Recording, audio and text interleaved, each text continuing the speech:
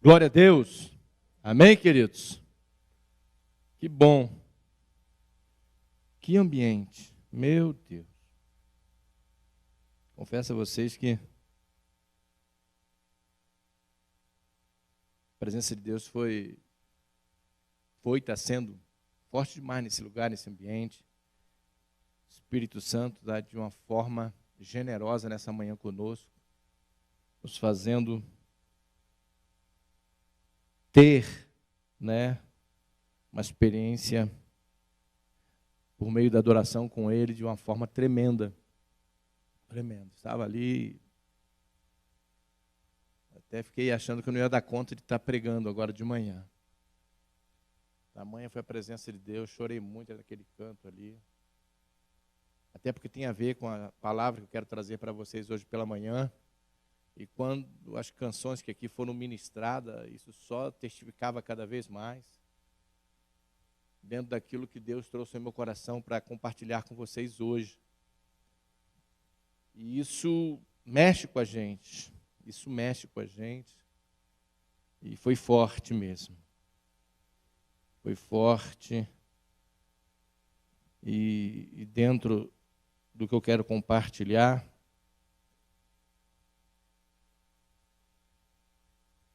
com vocês, é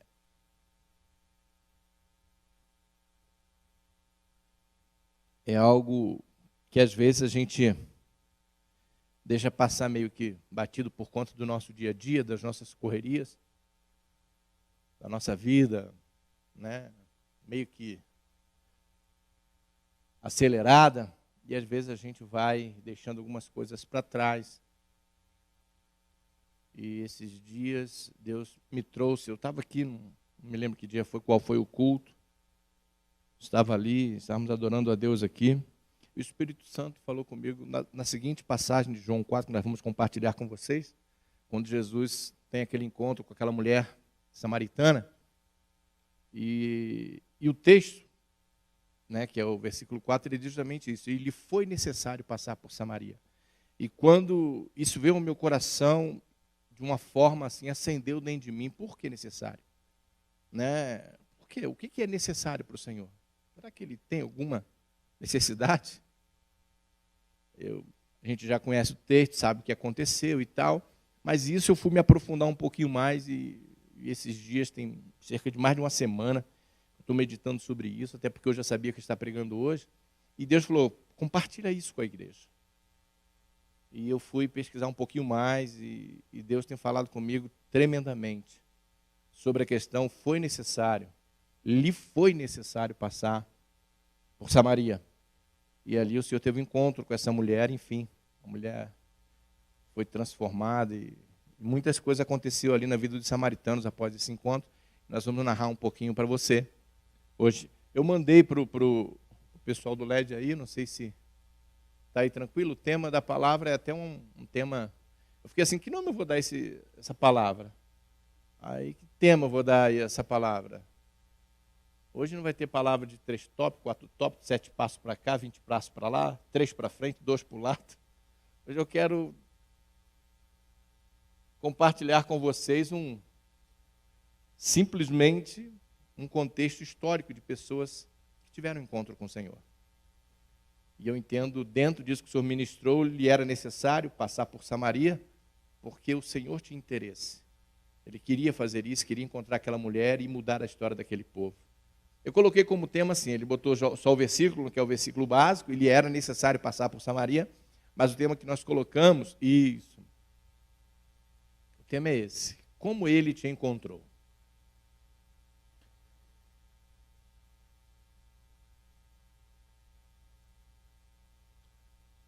Eu te faço essa pergunta como tema da minha palavra. Como Ele, o Senhor, te encontrou? Como Ele te achou? De que forma Ele te achou, mano? Seu nome é? Aldeir. Aldeir. Como ele te achou, Alder? Como ele encontrou vocês?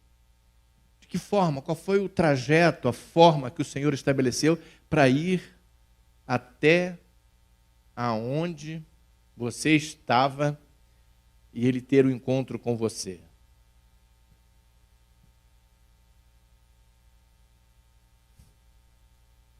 Não, agora estou falando com essa pessoa linda e maravilhosa, não que você não seja, mas que está atrás de você aí. Por favor, meu amor, fique em pé. Eu quero que a igreja fique em pé, meu amor. Ela não sabe disso não, mas Deus tocou no meu coração para fazer algo nessa manhã, dentro da palavra que nós queremos compartilhar. Essa mulher linda e maravilhosa, minha esposa, a pastora Ilma, e eu quero dizer para você que eu te amo, e vou te amar para sempre, até o último fôlego da minha vida.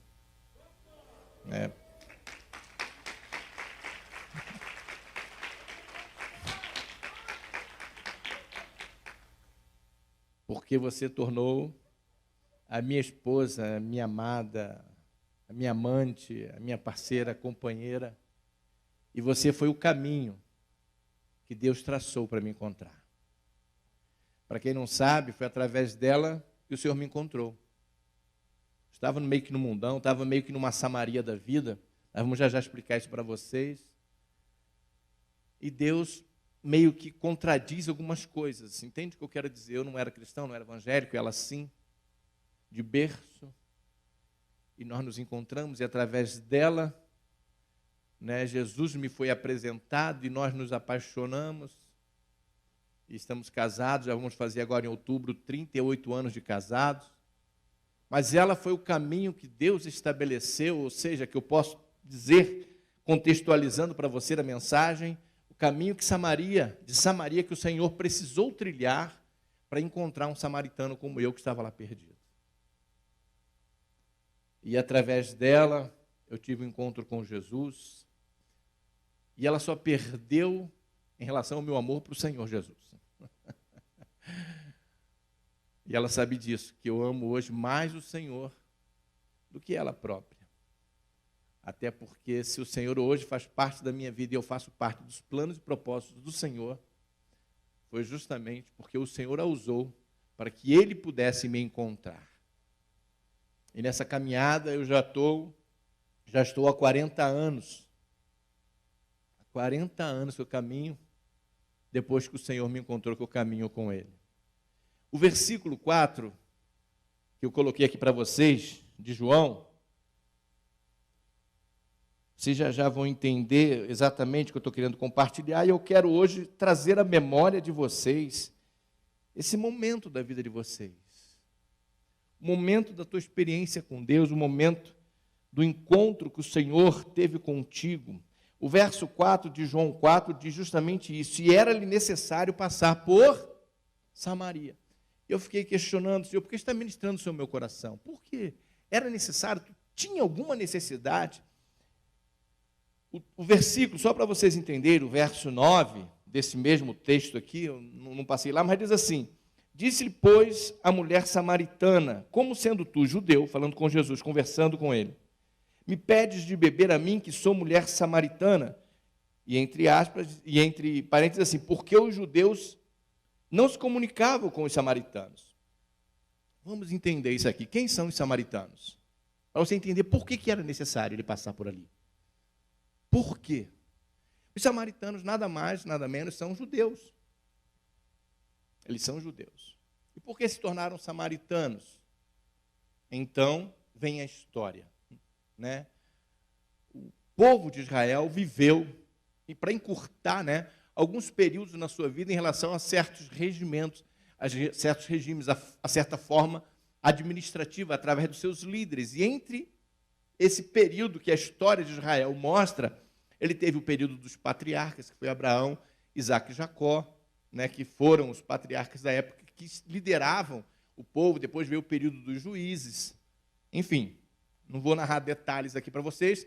Encerrando o período dos juízes com Samuel, que foi o último juiz e profeta, entra então o período da monarquia. O período da monarquia, então, Samuel vai e unge Saul, né, nós conhecemos a história, unge Saul como rei. Então agora entra um outro período de governo sobre a nação de Israel, período monárquico.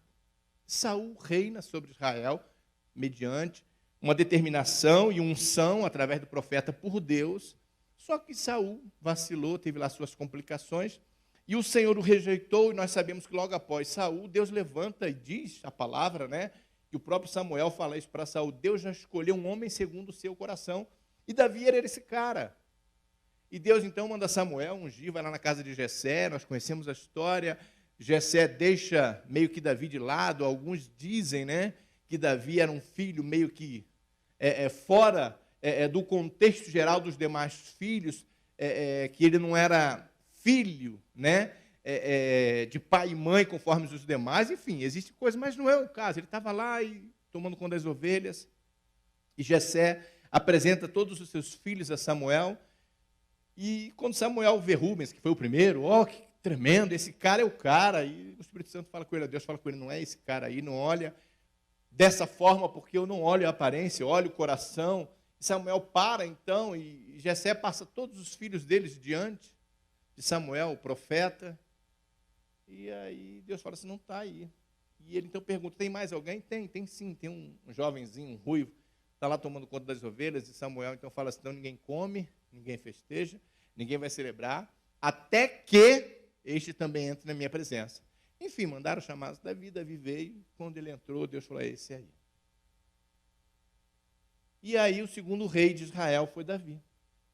Na sua sequência, conhecemos um pouco da história de Salomão, Salomão assume como filho de Davi o reinado sobre Israel. No período de Salomão, Salomão atropelou um pouquinho as coisas, por conta de edificação, principalmente do templo.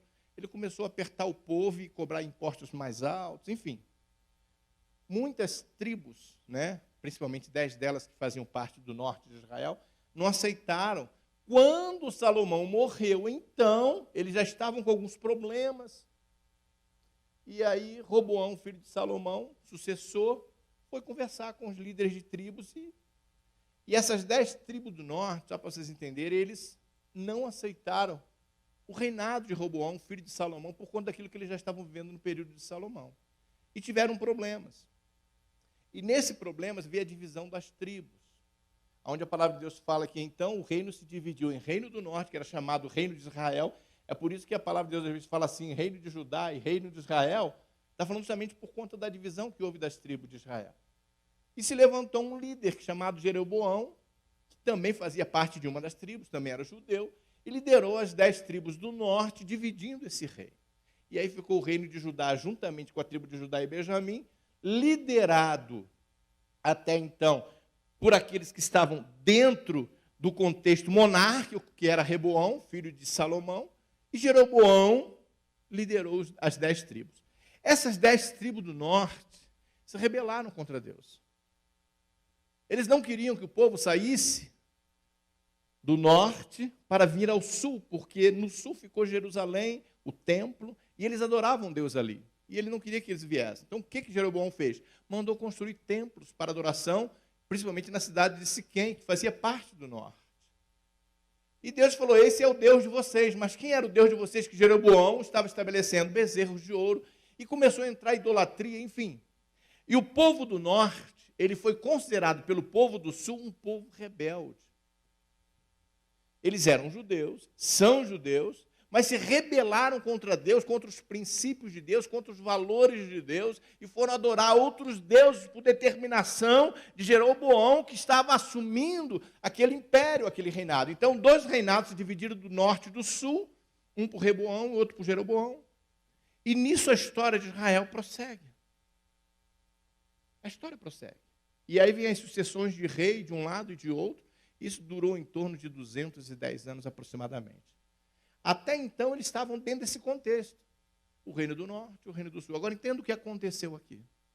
Nessa época, o povo da Síria estabelece e vai pelejar contra o povo de Israel. E ele queria justamente destruir a nação de Israel. O povo de Judá, porque eles viviam em guerra, e Israel queria destruir a parte sul, eles haviam um conflito entre os próprios judeus, eles se juntam e o povo do sul se aliancia à Síria, e eles dão contra o povo de Israel, contra essas tribos do norte, e detona todos eles. E eles são espalhados, são levados, só permanecem na terra do norte, velhos, crianças, pessoas que não tinham valores para o império assírio.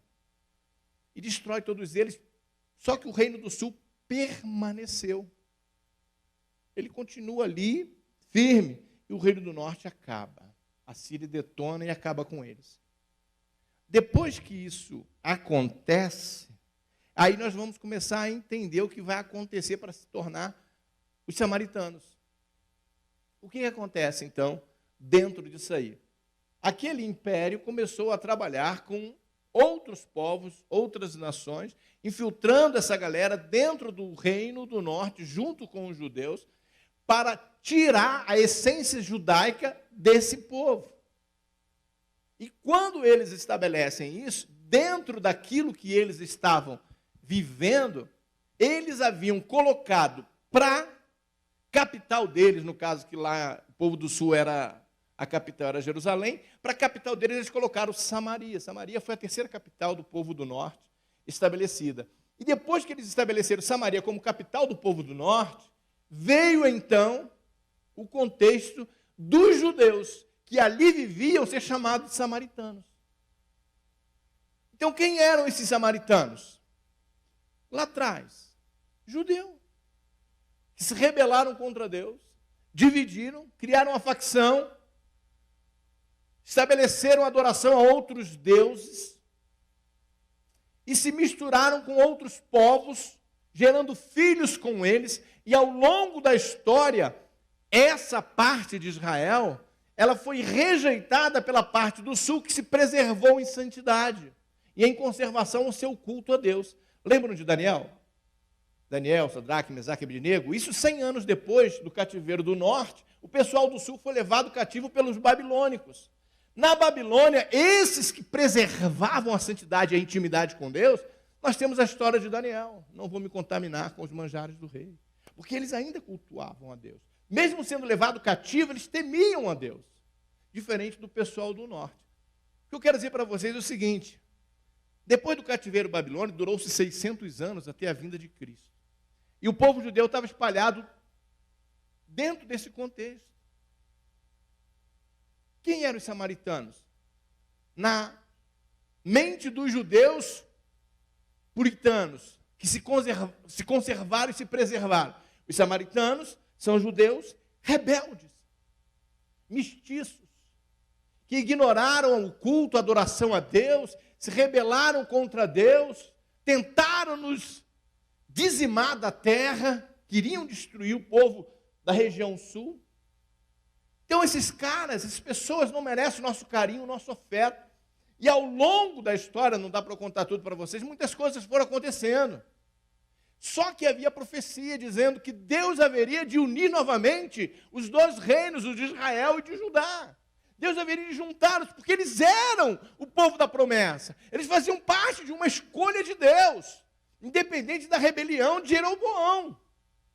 Então há várias profecias acerca de que um dia alguém viria e uniria essas duas nações, que na verdade são uma só.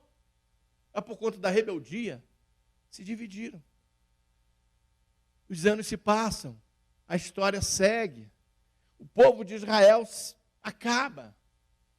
Quem conhece um pouco da história, sabe que a nação de Israel ficou dispersa desde então. Muitas coisas foram acontecer, nunca mais eles se constituíram como nação. Só foi constituído por um voto de Minerva de um brasileiro, agora pela ONU, em 1948. Eles eram um povo entre os povos. Eles não tinham uma etnia. Eles estavam totalmente dispersos. Então, quem eram os samaritanos? Judeus rebeldes, mestiços, que negaram ao Senhor, que se rebelaram, que se contaminaram, que se misturaram com outros povos, que geraram filhos com eles, esquecendo todos os princípios e os valores que Deus havia estabelecido para esse povo judeu que Deus separou, desde Abraão.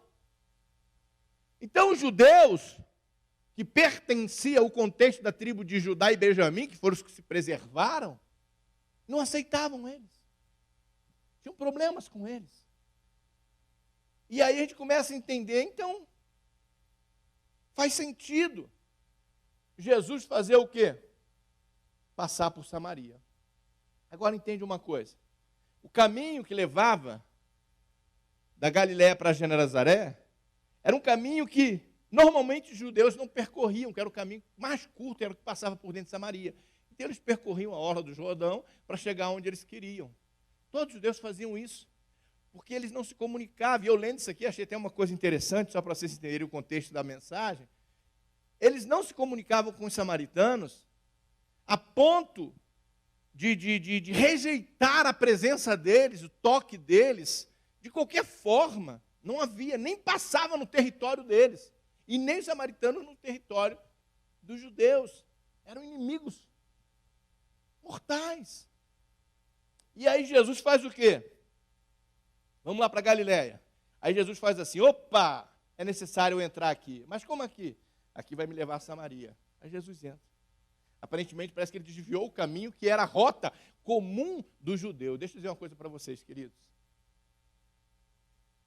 Deixa eu dizer uma coisa para vocês.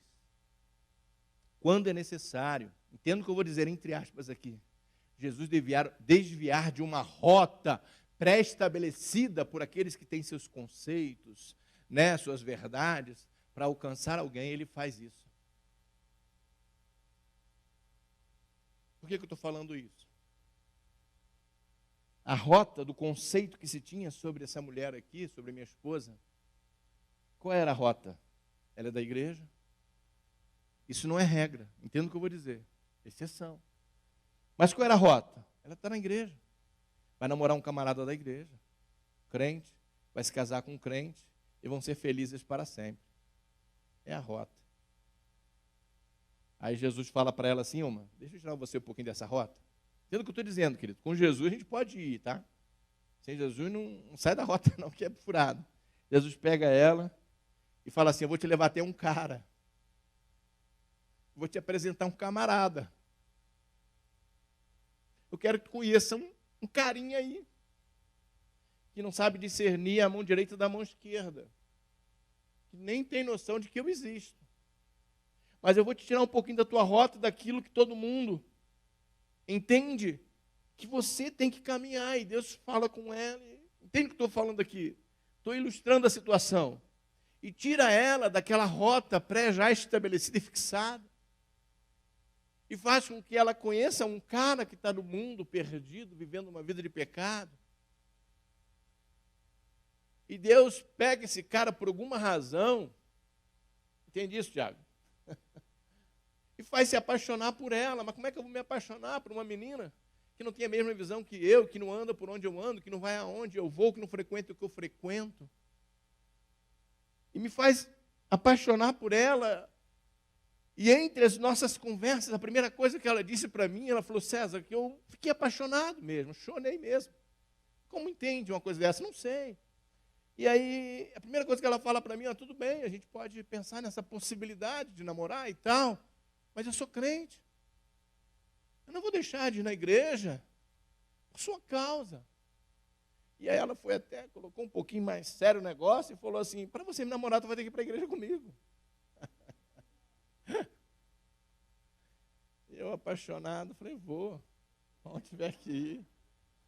Eu vou, estou junto, estou dentro. É só isso? Pelo amor que eu tinha por ela, isso para mim parecia nada. Fácil, tipo Jacó, né? Trabalhou 7 anos, levou Lia, né? E aí, quem me enganou, então mais 7 anos por Raquel. E a Bíblia diz que como Jacó amava tanto a Raquel, os demais 7 anos foram como nada. Eu falei, isso aí para mim é nada, eu quero estar contigo. Resumindo a história, mudou um pouquinho a rota daquilo que era pré-estabelecido. Eu fui conversar com a mãe dela, e sentei lá, e dentro das nossas conversas, a minha sogra, ela disse assim, olha, César, deixa eu dizer uma coisa, por mim ela não te namora. Eu não quero, porque ela está dentro daquela rota. Eu não quero que ela namore uma pessoa que não seja da igreja. Eu não quero que ela namore uma pessoa que não caminha com a nossa mesma fé. Está errado, não é o... Tá? Eu sei que tem textos bíblicos aí, não quero entrar nesse mérito, não. Mas entende o que eu quero dizer, queridos? Quando Jesus muda um pouquinho a rota para alcançar alguém, entende, mano? Quando ele muda a rota para alcançar alguém. Está entendendo, Joilmo? Quando ele muda a rota. Mudou a rota e aí comecei para a igreja. Vou ser rápido aqui nesse pedacinho aqui. Eu comecei para a igreja e fui. Estou ouvindo a palavra. Escuto uma palavra hoje, outra palavra amanhã. Isso durou mais ou menos, meu pastor. Em torno de 8 meses, eu acho, mais ou menos. 7 meses eu indo. E aí, um dia eu estou lá na galeria da Assembleia de Deus, lá onde a gente morava lá. Ouvindo a palavra, e eu já sabia como a coisa funcionava. Já chegava na igreja, os irmãos me davam uma paz do Senhor. E eu, 7 meses, né? Paz do Senhor, irmão. E aquela coisa acontecendo, e de repente, entre elas eu sabia como funcionava a parte, colocar assim, técnica da coisa. Havia todo o contexto do culto, a liturgia, vinha a mensagem, no término da mensagem, vinha o apelo. E o apelo, ele era acompanhado de uma canção de todos os cultos. Era aquela mesma canção. E a canção dizia, eu venho como estou. Era sempre essa, eu venho. E cantando aquela canção e fazia o apelo. Você, uma senhora, um senhor, um jovem, uma criança, quem quer aceitar Jesus? E aqui na frente. Só que no meio da mensagem, algo entrou dentro de mim, queridos. No meio da mensagem eu fui tomado, e hoje eu sei que foi o Espírito Santo. E aquilo aceita até hoje, aceita. E a coisa foi tão forte que eu não consegui me conter na galeria. Da igreja, desci e fiquei ali, parei. Porque eu sabia que, tecnicamente, eu tinha que esperar a mensagem terminar, entrar a canção, eu venho como estou, e na voz do pregador fazendo apelo, eu iria lá na frente, e lá na frente tinha um degrau semelhante aqui, só que reto, e eu teria que me ajoelhar ali, dizendo que eu aceitava Jesus. Essa era a forma, né, de se aceitar Jesus de todos os cultos. E eu fiquei ali, e passa 1 minuto, 2 minutos, 10 minutos, e o pregador não terminava. Eu falei, meu Deus, esse cara não termina, eu quero aceitar Jesus, eu quero Jesus, eu quero Jesus. Aquilo dentro de mim, uma coisa que eu nunca havia experimentado na minha vida, e eu quero, e ele não terminava. Quando ele terminou e falou, eu venho como estou, na primeira canção, eu já estava lá na frente. Perdão. Antes disso, eu queria ir lá na frente. Só que antes de ele entrar na canção, eu venho como estou, eu falei, eu vou lá na frente. Não ri não, se vocês rirem agora do que eu vou contar para vocês, a coisa vai pegar para vocês, aí a gente vai ter uma conversa séria lá fora. Mas quando eu estava naquele fogo ali, naquilo ali, eu quero, veio na minha memória, sabe o quê? O teu sapato está furado. Estava com o sapato furado, literalmente falando. Eu estava com o meu sapato furado. O sapato está furado, como é que você vai lá na frente? Tu vai se ajoelhar, seus pés vão ficar para trás, eles vão ver a sola do seu sapato furado, tu vai servir de chacota. E eu falei, meu Deus, e agora? O que eu faço? Sapato furado. E fiquei, como é que eu faço? E agora? Vou, não vou, quis retroceder, quis dar para trás. Eu falei, não. Aí na mesma hora veio algo na sua mente, mas quem disse que você tem que se ajoelhar com os 2 joelhos? Porque tu não coloca só um joelho. E eu falei, é verdade, o negócio é sério. Aí ele foi lá para frente. Eu fui. Quando eu venho como estou, eu já tinha vencido essa e fui. Quando cheguei lá na frente, mas qual era o pé que estava furado? Eu lembrei qual era. Lembrei, fui lá para frente quando eu fui. O pé furado e o outro. Parou aí não. Quando eu estou ali chorando, feito um bezerro desmamado ali, chorando, em pranto, em lágrimas. Chegou um camarada do meu lado aqui e falou assim, glória a Deus, porque você aceitou Jesus, mas deixa eu lhe dizer uma coisa, a partir de hoje você não vai poder andar mais sem camisa, não vai poder andar mais de bermuda, você não vai poder mais ir à praia, você não pode mais ir à cachoeira, você não vai poder jogar mais bola. E eu jogava no time do bairro. Começou a me dar a lista do não pode, quase que eu olhei para ele assim, falei, cara, tem alguma coisa que eu posso? Porque ele só me disse que eu não podia, cara. No momento ali de contrição, de choro.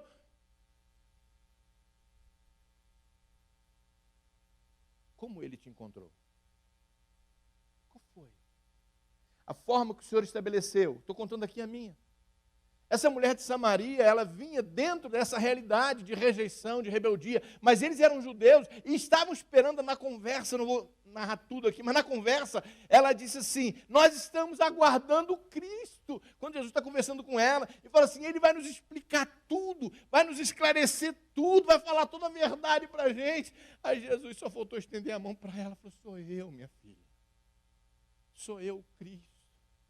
E aí Jesus ministra, enfim, o assunto é longo, e depois desse diálogo que Jesus fala com ela, ministra, ela sai dali encantada, ah, meu Deus, é ele, é o Cristo. Aí ela vai no povo samaritano, olha só, olha a profecia de Jeremias capítulo 3, Isaías 14, 8, e outras mais, que estavam dizendo que um dia Deus iria unir aqueles que haviam se separado, porque eles pertenciam à mesma nação, ao mesmo povo, e se separaram por rebeldia, e Deus falou assim, mas eu vou juntá-los novamente. Você que está me assistindo, eu não sei. Deixa eu dizer uma coisa para você aqui. Estou aqui mesmo nessa. De repente, alguma coisa te tirou dos planos de Deus para a sua vida. Alguma coisa te afastou. Não sei o que aconteceu lá atrás, seja lá o que for. Mas se tem uma promessa de Deus sobre a sua vida, se ele precisar descer a Samaria para te encontrar, ele vai descer e vai te encontrar. Ele vai quebrar conceitos, paradigmas, vai criar a própria rota dele. E de repente, nessa manhã, ele está fazendo isso. De repente, nessa manhã, ele está dizendo, eu te encontrei. Eu te encontrei. Eu te encontrei. Eu te encontrei. Ele faz os caminhos dele. Porque nós não sabemos nem para onde ir. Nós estamos perdidos. Mas ele sabe onde estamos, mesmo que perdidos. E ele sabe como nos achar. Receba isso no teu coração, ele está te encontrando nessa manhã. Vocês entendem isso? Vocês podem aplaudir o Senhor por isso? Ele está nos encontrando, é Ele que faz o caminho, é Ele que faz a rota. É Ele que estabelece os meios pelos quais Ele vai nos achar, porque nós não sabemos nem sair de onde nós estamos. Não sabemos o que fazer, mas Ele vai. Ele nos ama tanto que Ele cria situações. Cria e nos acha e nos encontra.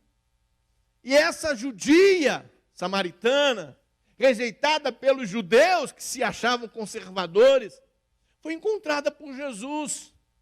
E o mais interessante é que quando os discípulos voltam e veem ele conversando com aquela mulher samaritana, na mesma hora eles ficam apavorados. O que está acontecendo aqui? Mas ninguém queria perguntar nada, porque Jesus, como judeu, sabia que eles não se comunicavam. Jesus pediu, dá-me de beber. Uma coisa pesquisando isso aí que eu achei interessante, nem os próprios judeus têm por hábito conversar com as suas mulheres publicamente. Quando eles tinham que conversar alguma coisa com as suas mulheres, eles conversavam em casa. Porque não era ético, vamos colocar assim, dentro da cultura judaica, o homem conversar com a sua mulher publicamente na rua. Não, se você tem que conversar alguma coisa com a tua esposa, é na tua casa. É em casa que você conversa. Até a cultura judaica repudiava o que Jesus estava fazendo. E eles chegaram, sendo judeus, os discípulos dele, o que está acontecendo aqui? Mas ninguém ousou perguntar nada. Enfim, né? A gente poderia falar sobre muitas coisas, de tudo que Jesus quebrou, de paradigmas, de conceitos, para poder encontrar aquela mulher e restaurar a vida não só dela, mas dos samaritanos, porque a profecia dizia que ele haveria de vir e unir novamente os seus povos. E através de Jesus, diz a palavra de Deus que não existe o quê? Judeus, samaritanos, não existe gregos, seja lá troianos, não existe gentios. Em Cristo todos somos um, queridos. Em Cristo Ele nos unifica. Em Cristo somos o seu povo. Entende, amados? Então Jesus veio para quebrar tudo isso e unir aqueles que estavam longe e trazê-los para perto. Ele veio buscar os que estavam perdidos, distantes, e trazer para junto daquilo que Deus estabeleceu para a vida deles. Então Jesus cria esse caminho, muda uma rota, quebra conceitos que havia sido estabelecido de séculos, cerca de mais de 1000 anos, em que havia essa divisão entre eles, para justamente uni-los novamente. É graça. Graça. Só precisamos aprender que a graça não foi de graça. Ele pagou um preço para isso. Entende, amados? Mas ele veio fazer isso. A graça do Senhor lhe custou algo muito caro. Mas Ele pagou, porque eu e você valíamos a pena para Ele. Nós temos valor para Ele. Então, Ele não importa o preço que Ele tinha que pagar, Paulo. Ele pagou. Ele pagou o preço que tinha que ser pago. Por quê? Porque nós somos preciosos para Ele. O Senhor nos ama. E Ele cria os seus meios, seus métodos, seus caminhos para nos encontrar. Esse é o contexto da mulher samaritana. Mas existe o contexto também de Cornélio. Samaritano, judeus rebeldes, distante, mestiço. Cornélio era romano, centurião. Capítulo 10 fala sobre isso. Enfim, Pedro estava em Jope. Mesma situação de Jonas, que estava em Jope, quando Deus chamou ele para ir aos ninivitas pregar também. Estava lá e meio-dia, cheio de fome, mas ele foi orar porque o almoço não tinha saído. Quando ele subiu para o terraço da casa de Simão Curtidor, ele está orando. E Deus traz como um lençol grande alguns animais, bota para ele assim. Ele olhou aquilo e a voz falou, mata e come. E Pedro falou, não vou comer esses animais, são imundos, eu sou judeu. Eu sei quais são os animais que a gente pode e que a gente não pode. Por 3 vezes isso aconteceu. E aí a voz falou, não torna imundo aquilo que eu purifiquei. Pedro ficou sem entender aquilo. Deu a hora do almoço, ele foi descendo, o Espírito falou com ele, Deus falou com ele, tem 3 camaradas aí que estão te procurando. Ele desceu, quando foi lá os 3 caras, eram 2 criados de Cornélio com um soldado. Cornélio mandou atrás de Pedro por uma ordem do Senhor, através de um anjo que lhe apareceu. E aí Pedro, resumindo, seguiu aqueles homens. Chegando lá na casa de Cornélio, olha o pequeno núcleo aí, pequeno núcleo. Cornélio e sua família, todos que moravam ali, ele chamou todo mundo para sua casa. Está vindo um homem aí, ele vai nos falar o que nós precisávamos, porque Cornélio era temente a Deus. Enfim, resumindo, Deus fala isso para o próprio Cornélio. Centurião, romano, gentil, na cultura judaica, jamais um judeu poderia se sentar com um gentil e compartilhar algo semelhante. Entrar na casa de um gentil nem pensar. E aí Deus quebra isso. Fala, Pedro, não considere imundo o que eu purifiquei. E aí Pedro vai lá quando vê Cornélio. E aí o quê? O anjo, ele contou a história para Pedro. Pedro, então tá bom. Se é assim, deixa eu contar para vocês o que está acontecendo. E aí Pedro prega para aquela família, para Cornélio. E quando Pedro está pregando, o Espírito Santo vem sobre eles. E eles começam a falar em outras línguas. São batizados com o Espírito Santo. E Pedro se assusta. Meu Deus, o que está acontecendo? Porém, eu vejo agora que tu não faz acepção de pessoas. Romano. E por que um romano?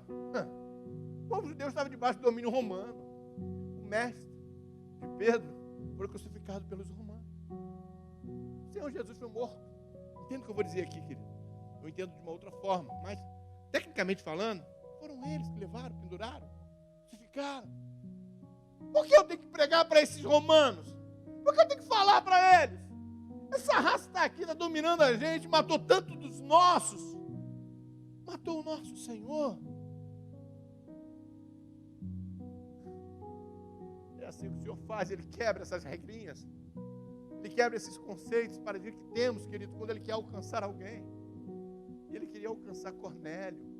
Ele queria alcançar aquele homem, aquela família. Diz a palavra de Deus que todos eles foram alcançados, foram batizados, foram mudados a história daquela gente. Mas precisou quebrar conceitos com Pedro. Quando Jonas é chamado para pregar a cidade de Nínive, por que Jonas não queria ir? Em primeiro lugar, Jonas sabia quem era Deus. No capítulo 4 você vê isso. Ele sabia que Deus era bondoso, misericordioso, amoroso, e não tinha jeito. Se aquele povo se arrependesse, Deus ia perdoar, e foi o que aconteceu. Jonas conhecia Deus. Não é que ele não conhecesse Deus. Só que Jonas tinha no seu coração um sentimento contra os ninivitas. A cidade de Nínive era a capital da Síria. Aquilo que eu falei para vocês, dos judeus lá atrás, foi o povo assírio que sitiou, matou e aprisionou o povo de Israel lá no passado. Depois veio o cativeiro de Judá, que foi o da Babilônia. Então o povo assírio eram rivais. Eram vistos como criminosos. E eles eram violentos, matavam em relação às guerras. Eram terríveis. E Jonas tinha esses sentimentos que esses caras mataram o meu povo. Mataram minha gente, mataram os meus pais. E agora, Deus, tu é tão bom, me manda pregar para esses caras. Não vou, não. Ele estava em Jope, assim como Pedro estava em Jope. Parece que tem uma semelhança, né? E aí ele vai para Tarso, pega um navio ali em Jope, tenta fugir. Vocês conhecem a história. Até que chega um momento, vocês sabem, que Jonas acaba indo pregar, fazer o que Deus mandou ele fazer. E quando ele prega, ele se arrepende.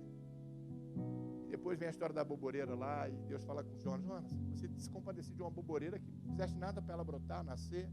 Como eu não iria me compadecer de 120 mil homens? Sabe? Como não iria me compadecer? Deus faz caminho diferente. Se precisar colocar um homem no ventre de um peixe, Ele coloca. Mas se Ele precisar colocar você no lugar aonde você precisa estar para pregar para alguém que Deus quer alcançar, Ele vai fazer. Ele vai fazer, querido. Então, deixa eu lhe dizer isso. Tira todo conceito e preconceito que você possa ter com relação às pessoas que são dignas ou não de serem alcançadas. Se Deus quer te usar para pregar os mais improváveis que possam vir se converter, é improvável que esse pessoal se arrependa. Esquece isso, Deus é Deus. Pregue. Vai lá e pregue. Mas esses caras não querem ouvir, pregue. Essa gente não merece, nem eu nem você. Pregue. Porque Deus tem seus caminhos. Deus tem seus caminhos. Ele desceu a Samaria para restaurar uma profecia dita. Os samaritanos, judeus, deveriam ter um encontro com o Messias, e ele estava esperando o Cristo. Deus fez caminhos para alcançar os ninivitas, fez caminhos para alcançar Cornélio, fez caminhos para me alcançar, meu irmão. Fez caminho para me alcançar. Por isso o tema da mensagem: como ele te alcançou? Qual foi a forma que Jesus chegou até você? Qual foi a forma que ele estabeleceu e te encontrou? E de que forma ele te achou e te encontrou? Como você estava ou deixa de estar? Mas quais foram os meios? O que ele precisou quebrar? Que paradigma, que conceitos ou preconceitos ele teve que ir contra? Porque Jesus fez muito isso para poder chegar até onde você estava e poder restaurar a tua comunhão com Deus e sair de um estado de criatura para se tornar filho de Deus. Hein? Como foi? Eu não sei. Eu sei do meu e eu contei um pouquinho para vocês aqui. Como Deus fez? Você sabe. Você sabe. O caminho que Ele trilhou. Você sabe o que Ele precisou traçar e de repente ir até contra algumas coisas. Sabe por quê? Porque você estava lá e Ele queria alcançar você. Ele queria alcançar você e de repente você não entendeu e até hoje não entende. Meu Deus, como é que Deus fez o que Ele fez para me alcançar? Não é para entender. Você só precisa entender que o amor de Deus, a canção que vocês cantaram aqui no final tem tudo a ver, né? Ele deixa os 99 para buscar a 100ª. Eu me considerava a 100ª. Ele deixou para me encontrar. Ele, como é que é? Sobe as muralhas.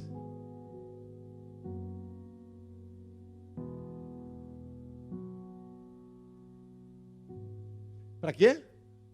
Entende, querido, o que Ele faz? Porque Ele quer te encontrar. Ele estabeleceu te encontrar. Entende o que eu vou dizer? Não é você quem estabelece encontrar. Ele estabeleceu te encontrar. E se você está hoje aqui, você é a Beatriz? Tudo bem, Beatriz? Estávamos juntos lá no Ingá. Ele foi atrás de você. Ele foi atrás de você. Não foi você que foi atrás dele. É Ele que vai atrás da gente. É Ele que nos encontra. É Ele quem nos acha. É Ele que quebra princípios, faz coisas contrárias aos conceitos e preconceitos que temos para nos achar, para nos encontrar e restabelecer uma comunhão com Ele e nos dar novamente a herança por sermos e nos tornarmos filhos de Deus. É Ele quem restabelece aquilo que o homem perdeu quando o pecado entrou na vida do homem. É Ele que tira o pecado do mundo e torna o homem santo novamente para poder ser chamado filho de Deus. Aleluia. Vamos cantar ao Senhor e adorar o Senhor. Luz para a sombra, escala montanhas para me encontrar. Você pode ficar de pé e declarar isso com toda a tua força, com todo o teu fôlego. Destrói as mentiras para me encontrar. Como Ele te encontrou, não sei, mas adore para a Ele. sombra, escala montanhas para me encontrar. Derruba muralhas, destrói as mentiras pra me encontrar. Traz luz para a sombra, escala montanhas pra me encontrar. Derruba muralhas, destrói as mentiras pra me encontrar. Traz luz para a sombra, escala montanhas pra me encontrar. Derruba muralhas, destrói as mentiras pra me encontrar. Oh, impressionante, infinito, usado amor de Deus. Oh, que deixa as 99 só pra me encontrar. Não posso comprá-lo, nem merecê-lo, mesmo assim se entregou. Oh, impressionante, infinito, usado amor de Deus.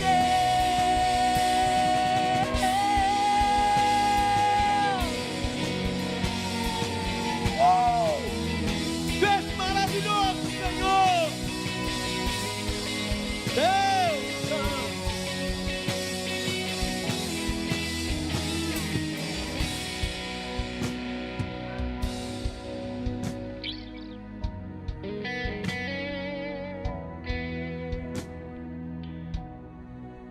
Aleluia.